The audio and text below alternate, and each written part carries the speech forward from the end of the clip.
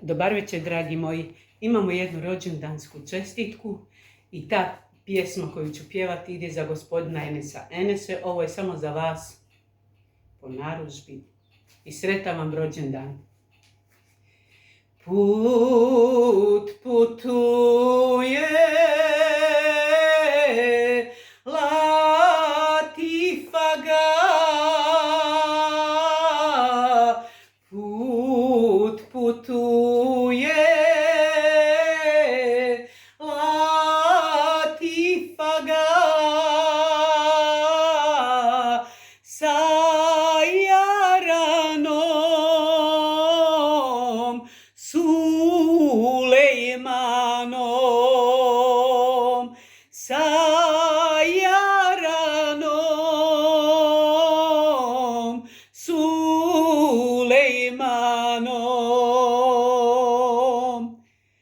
Moje Jarane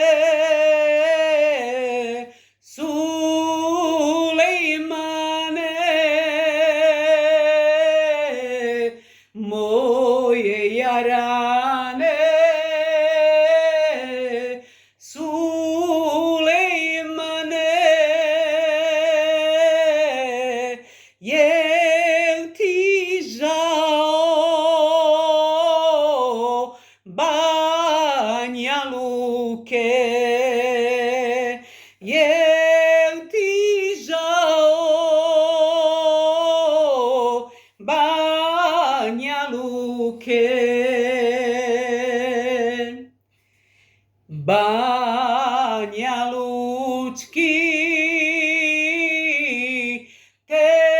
Teferića, Banja Lučki Teferića, kraj Vrbasa Akšamluka,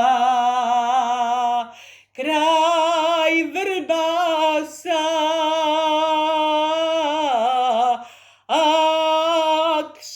Akšamluka.